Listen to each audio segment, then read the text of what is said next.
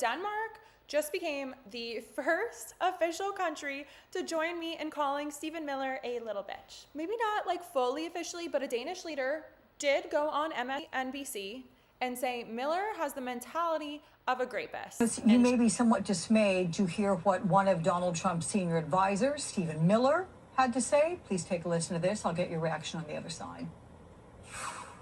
Denmark is a tiny country with a tiny economy and a tiny military. They cannot defend Greenland. They cannot control the territory of Greenland. Under every understanding of law that has existed about territorial control for 500 years, to control a territory, you have to be able to defend a territory, improve a territory, inhabit a territory. Denmark has failed on every single one of these tests. Rasmus, you gave a pretty comprehensive answer, pretty much countering everything Stephen Miller had to say before I asked this question. But if you could say one thing to Stephen Miller, what would you like to say? I hope he's kept away from young women, because that's the mentality of a rapist.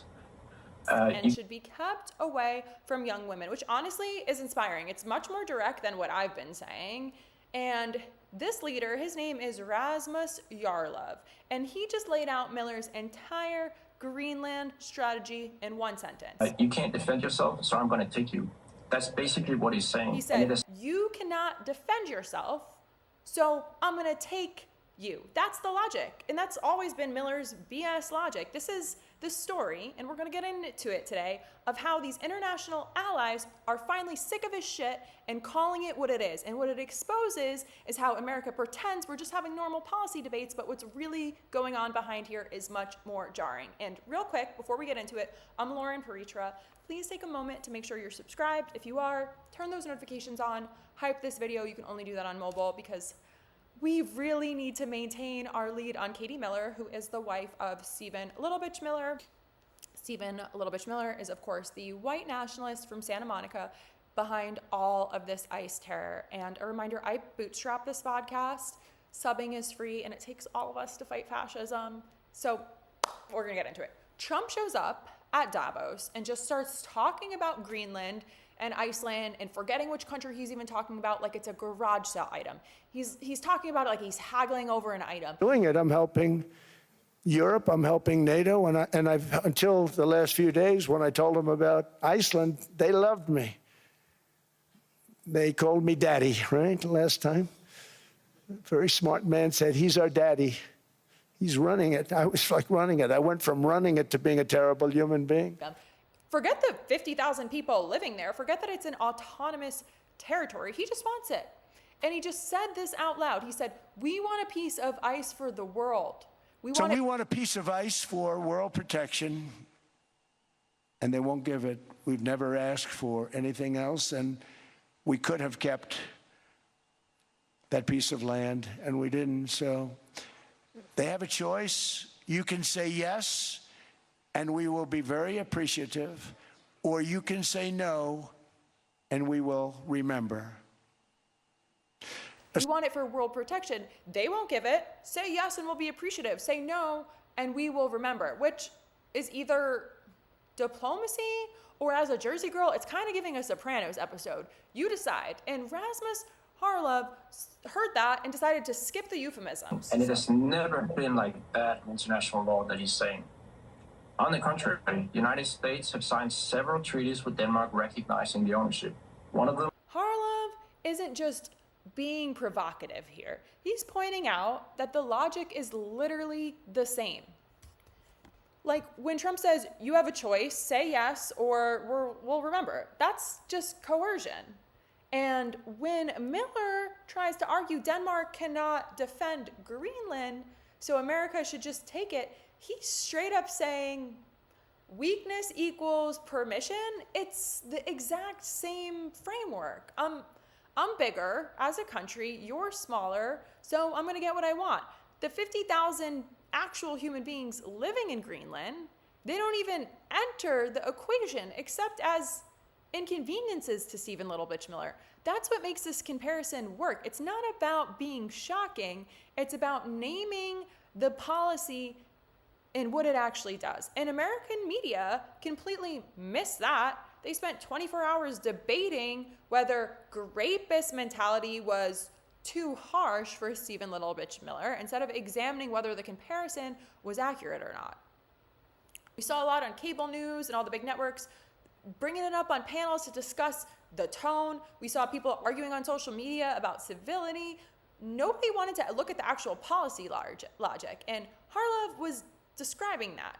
But here's where it gets really sideways. Hours after all that public outrage, Trump met with NATO leaders, Secretary General Mark Rutte, in Davos. Suddenly, his tone changed a little bit. There's one thing I heard you say yesterday and today. You were not absolutely sure that the Europeans would come to the rescue of the US if you will be attacked. Let me tell you, they will. And they did in Afghanistan, as you know, for every American who paid the ultimate, for every 2 Americans who paid the ultimate price, there was 1 soldier from another NATO country who did not come back to his family. From the Netherlands, from Denmark, particularly, from other countries. So you can be assured, absolutely, if ever the US will be under attack, your allies will be with you. Absolutely, there's an absolute guarantee. I really want to tell you this because it is important. It pains me if you think it is not. And under your leadership, this alliance is stronger than ever. A little bit. There was no more talk of force, no tariffs, no threats of seizing the land. Instead, there's a framework, okay? Denmark keeps sovereignty. The US expands its military presence. NATO increases Arctic activity. And everyone pretends the crisis was just a little misunderstanding. Then this threat is still in the headlines. There still seems to be a framework in Stephen Little Bitch Miller's mind, and this is exactly why Harlov's response landed so hard. Allies are noticing. They see the entitlement in Americans as if we're not embarrassing enough already, and when somebody mirrors it back in such plain language, calling him a rapist, it becomes pretty hard to ignore. Oh, and Trump also kept, in case you missed that, confusing Greenland with Iceland during the Davos speech multiple times.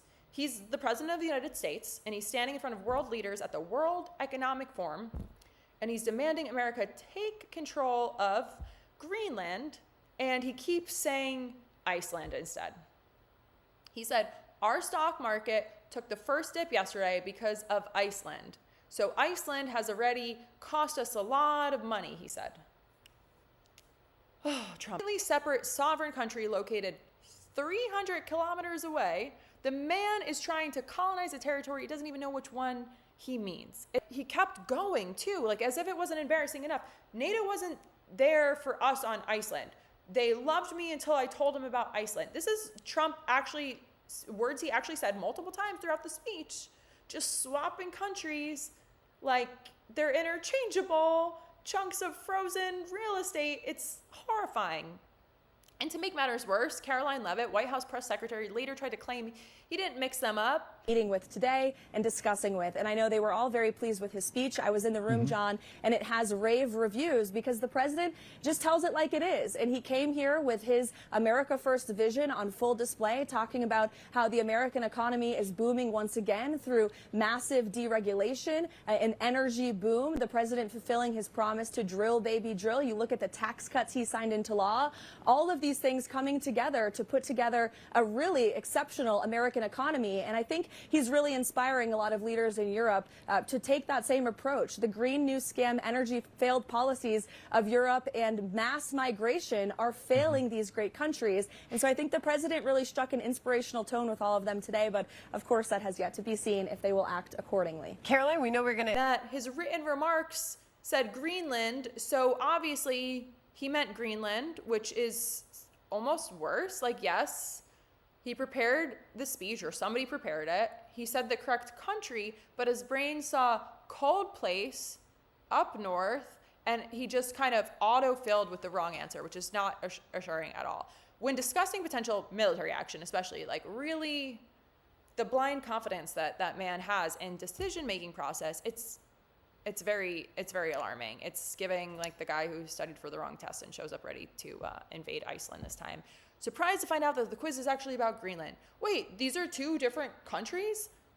Plot twist. Meanwhile, 10,000 Danes showed up at Copenhagen's City Hall Square wearing parody MAGA hats that said, "Make America Go Away." which honestly, let me know where these are for sale. Pretty good. I subscribe to that message. And the bigger thing, the direct pushback, like Harlov's actually works. Trump had to walk it back. He had to create a framework and pretend like it was all just a little misunderstanding. When allies refuse to play along with all of his bullshit and his threats, suddenly there's then negotiation to be had. And look, it's the same logic every time. This is the same logic that drives everything that Stephen Little Bitch Miller does. These ICE raids, these empty threats about Greenland, all of it runs on you can't defend yourself, so I get to take you. And while Denmark's out here naming it exactly as it is, American media is like debating the tone instead of talking about, gun violence in schools, affordable health care, or the fact that ICE terror has gotten to such a point that they're stealing 5-year-olds out of the street. A Danish leader just had to explain basic consent to the American government on international television for all of us to see. And we're just pretending like this is normal, that we've come to this point. It's not. It's fucking crazy. And again, I'm Lauren Paritra. Please make sure you're subscribed. Make sure you have those notifications on. Hype this video. Let me know in the comments what you want to talk about more of next, because we as a collective here at LPTV, which you are a part of, we need to maintain our lead on Katie Miller, the wife of Stephen Little Bitch Miller. Again, I bootstrapped this podcast. I put my career on hold. Subbing is free, and it takes all of us to fight fascism. So, of course, subscribing is free, and I'm so grateful for that, especially if you watch to the end. But if you want to help cover the costs of operational costs so I can get this work out to you faster and get more of it, you can always donate at my Buy Me a Coffee, which is linked in the description. No pressure. I am grateful you're here. That is the most important thing. But if you feel called, it's always there for you, and you're welcome to donate, buy me a coffee, etc. Willa is sleeping right now. She was tossing the ball earlier, and we will both be back with more.